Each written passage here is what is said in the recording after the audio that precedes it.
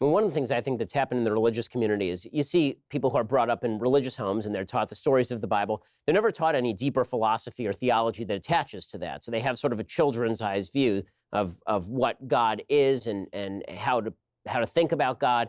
What in your opinion is the most reasonable proof of God? What have you found to be the most convincing proof of God's existence? Well, I think for me, my favorite argument for the existence of God that I find the most compelling is a version of the cosmological argument, which goes like this.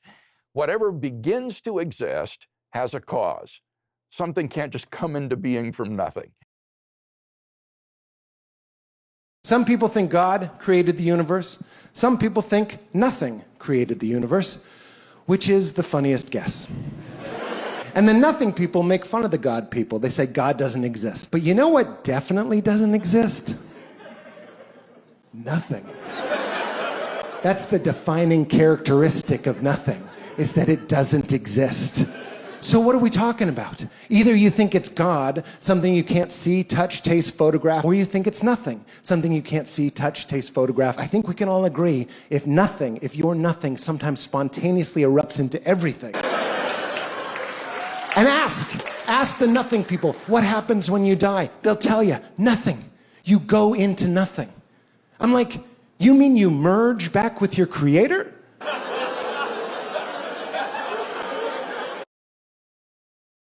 you an atheist? Yes. Yes, I am. Yes. Yes. Yes, sir. Are you an atheist? I am. Yeah, I'm an atheist. Yes, I am. How long have you been an atheist? I would say probably since I was about 15 years old. So you don't believe in the existence of God? No, not really. For the most part, we are not shown the evidence for there being a higher power. If we were, I almost guarantee that almost every atheist would immediately agree to there being a higher power. Are you atheists? Yes, yes. Why?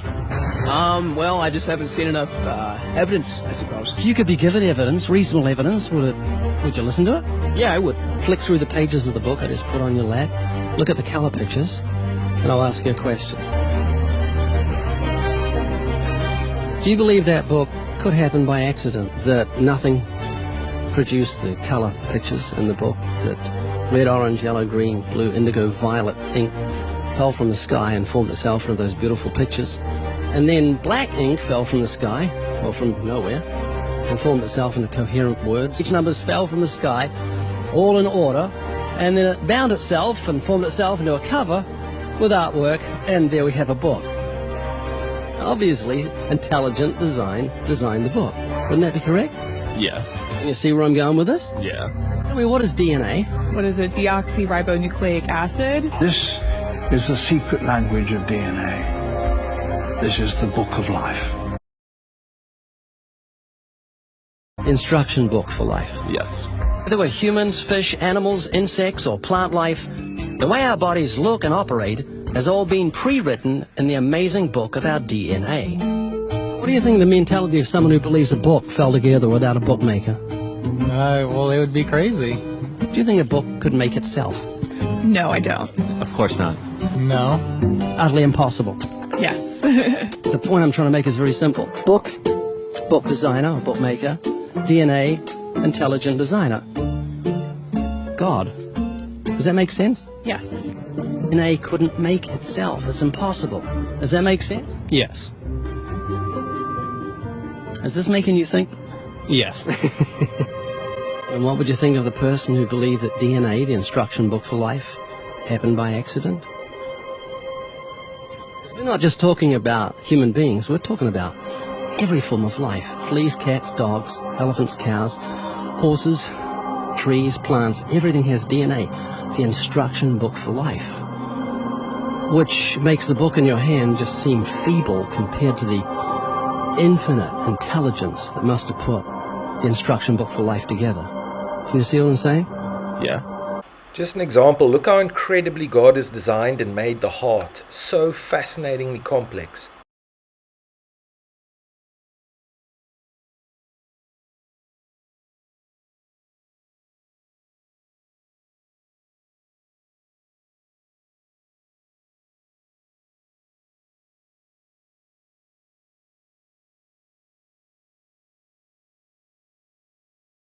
Everything has DNA, the instruction book for life, which makes the book in your hand just seem feeble compared to the infinite intelligence that must have put the instruction book for life together. Can you see what I'm saying? Yeah. Explain it to me how a program could make itself out of nothing on how to make a human eye, giraffe size, elephant size, cats, dogs, puppies, flowers, birds, trees. Every living thing has DNA that's so complex, it's mind-boggling. It must have been a genius beyond any human reasoning that put it together.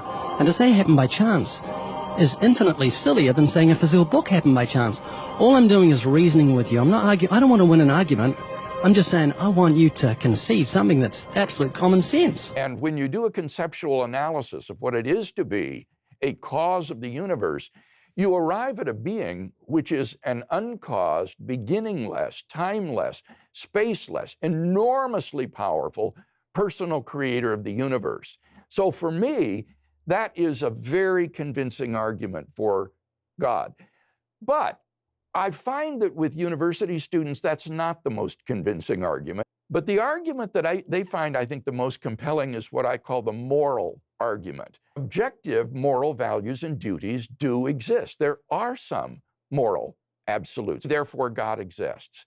Now, this is an argument which is impossible, I think, to ignore. Do you believe that atheists and agnostics, do you believe that they can't be as moral as Christians?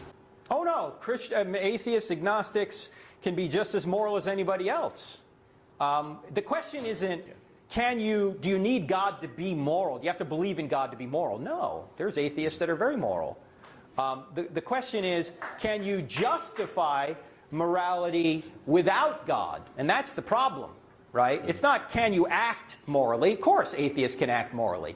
The question is, can you justify what is moral without God? And I say, no, it's just your opinion if there's no God.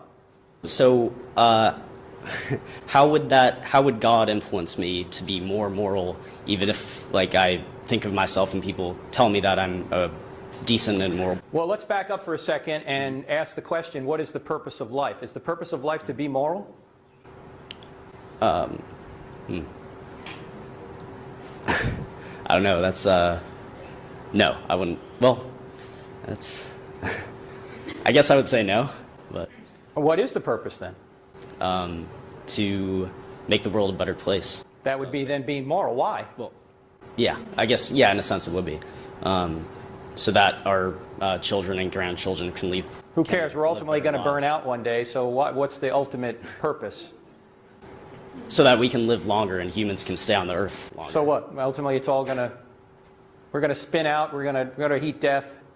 Okay. So is there any ultimate purpose? There may be short-term purposes, but no ultimate purpose. Yeah, that's true. Okay, so. Yeah. In the very long term. Right, in the very long term there's no purpose, so why even care about the short term then? Because I care about my children and grandchildren. Right, but so did Stalin. And that Stalin lived a great life for himself and his children and grandchildren by killing everybody around him and taking their stuff. Yeah, he's a bad person, so yeah. But what do you mean by bad? He's killing other people. Why is that wrong? Because I mean, it's not good to kill other people. Why not? Because that's what most people would say. Yeah, but who said? Hitler said it was good to kill other people. Stalin said it was good to kill it. Why is that wrong? Why are they wrong? But why is killing millions of people wrong if there's no God? God has expressed his moral nature to us as commands. These provide the basis for moral duties. For example, God's essential attribute of love is expressed in his command to love your neighbor as yourself. If God doesn't exist, we should view human behavior in the same way. No action should be considered morally right or wrong. But the problem is, good and bad, right and wrong, do exist. Just as our sense experience convinces us that the physical world is objectively real, our moral experience convinces us that moral values are objectively real. For the atheist, humans are just accidents of nature, highly evolved animals. But animals have no moral obligations to one another. When a cat kills a mouse, it hasn't done anything morally wrong. The cat's just being a cat. The first part of this proof that God exists actually comes from the world's best mathematicians. Look, these mathematicians being asked, is maths made up or is maths discovered? Here they all say maths is discovered. God has already created maths. They just discover it. And I wanted to ask the first question to all of you, which is the following. Is the mathematical world invented or discovered? I have the very strong sense that I'm discovering something, not inventing it. Certainly in my field, we suspect what's true long before we are able to prove it. As Richard said, there's a sense that they're not coming just from our formalism, but they're really reflecting something real. And as we draw deeper, often our language improves to approximate this reality. Even in our history, like Pythagoras' theorem was discovered independently by the Chinese, the Babylonians, and the Greeks. So I would agree on the first question that I feel as a mathematician like mathematics is something that is out there to be discovered. Of course, really good mathematics is discovered